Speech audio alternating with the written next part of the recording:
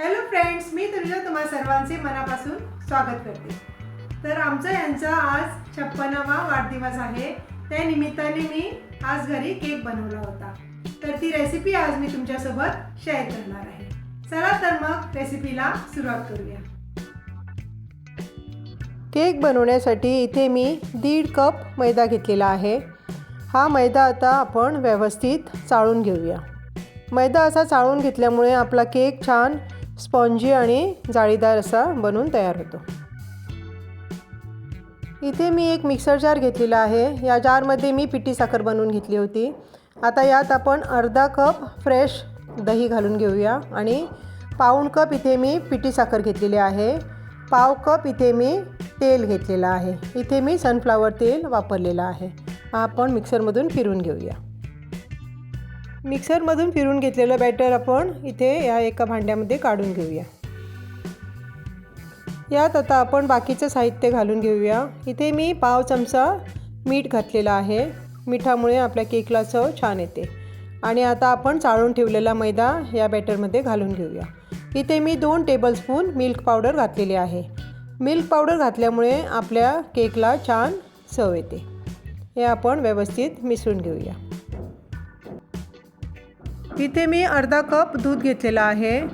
आता हे दूध आपण थोडं थोडं ह्या बॅटरमध्ये मिसळून छान असं स्मूथ आपण हे बॅटर बनवून घेऊया।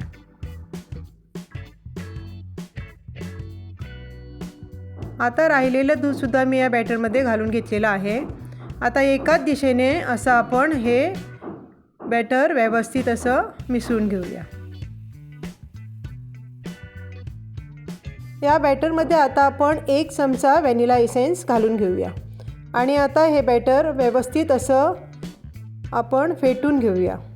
हे बघा, असं मी छानपैकी हे बॅटर फेटून घेतलेलं आहे। अशी रिबन कन्सिस्टन्सी आपल्या बॅटरची झाली पाहिजे। जास्त पातळ आपलं बॅटर बनवलं तर मग लेअर पडत नाहीत। इथे मी पाव चमचा बेकिंग सोडा घेतलेला आहे आणि 1 चमचा आणि पाव चमचा इथे मी बेकिंग पावडर घेतलेली आहे। म्हणजे 1.25 चमचा इथे मी बेकिंग पावडर वापरलेली आहे। आता 1 टेबलस्पून इथे मी दूध घालून घेतलेलं आहे आणि हे आता आपण व्यवस्थित एकाच दिशेने बॅटर मिसळून घेऊया। असं हलक्या हाताने बॅटर हे व्यवस्थित असं मिसळून घ्या।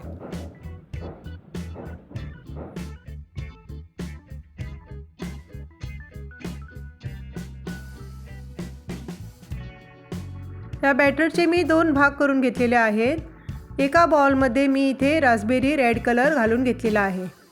हा कलर आपण व्यवस्थित बॅटरमध्ये मिसळून घेऊया। या कलरच्या ऐवजी तुम्ही इथे कोको पावडर घालून चॉकलेट आणि व्हॅनिला केकसुद्धा बनवू शकता। इथे मी केक टिनला थोडंसं तेल लावून मैदा डस्ट करून घेतलेला आहे। आता यात आपण एक पळी व्हॅनिला आणि 1 पळी मी इथे रास्पबेरी रेड कलर बनवून ठेवलेला आहे तो घालून घेणार आहे। असं आपण एक बॅटर घातल्यावर थोडंसं टीन टॅप करून घ्या, म्हणजे हवा आत राहणार नाही। असे मी सर्व लेअर आता घालून घेतलेले आहेत। हे बघा, मस्त आपले लेअर इथे पडलेले आहेत, कारण आपलं बॅटर इथे व्यवस्थित थिक असं झालेलं आहे। जास्त पातळ बॅटर बनलं तर आपले लेअर असे पडत नाहीत। इथे टूथपिकने मी यावर फुलाचा डिझाईन काढून घेतलेला आहे। बघा, असा व्यवस्थित छानपैकी फुलाचा डिझाईन तुम्हाला हवा असेल तर तुम्ही काढून घ्या। प्रत्येक काडी फिरवल्यानंतर थोडंसं कपड्याने ही काडी पुसून घ्या, म्हणजे आपला डिझाईन व्यवस्थित येतो। मस्त आपला फुलाचा डिझाईन इथे बनवून तयार झालेला आहे। हे बघा,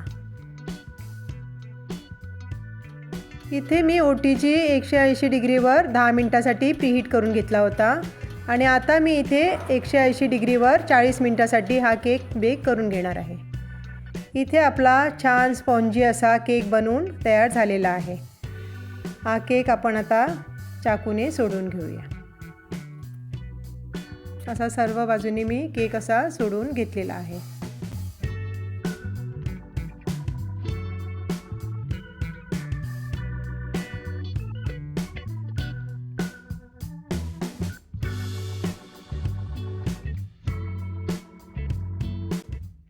हा बघा आपला केक इथे छान मऊ आणि जाळीदार असा झालेला आहे. मस्त फुललेला आहे केक आपला. आता आपण हा केक कापून घेऊया. हे आहे आपलं छोटंसं cake cutting celebration.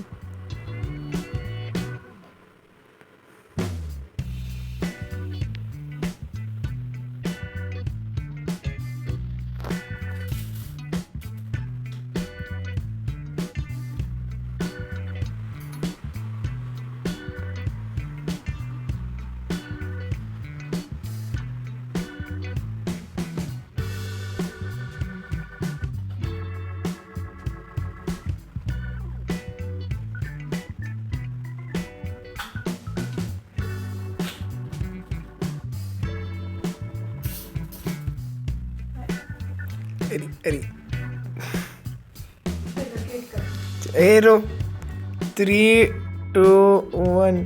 Happy birthday to you. Happy birthday to you. Happy birthday, dear Baba. Happy birthday to you.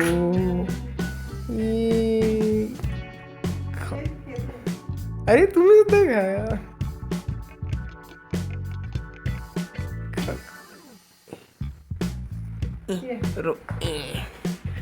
आता कसं दाखवायचं.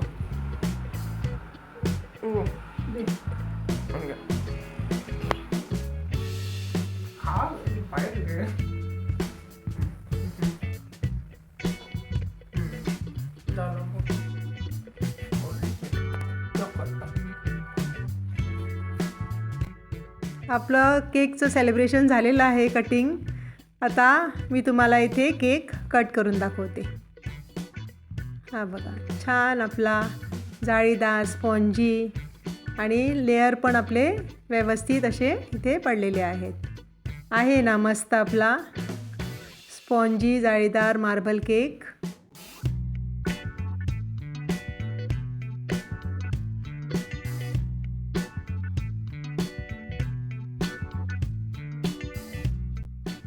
मस्त असे पातळ केकचे स्लाइससुद्धा इथे व्यवस्थित कट झालेले आहेत. हे बघा छान आपला व्यवस्थित केक इथे बनवून तयार झालेला आहे. स्पॉन्जी सॉफ्ट आहे ना मस्त. तुम्ही सुद्धा एकदा हा केक बनवून बघा. आता व्हॅलेंटाईन डे येत आहे, त्या दिवशी तुम्ही हा केक ट्राय करून बघा.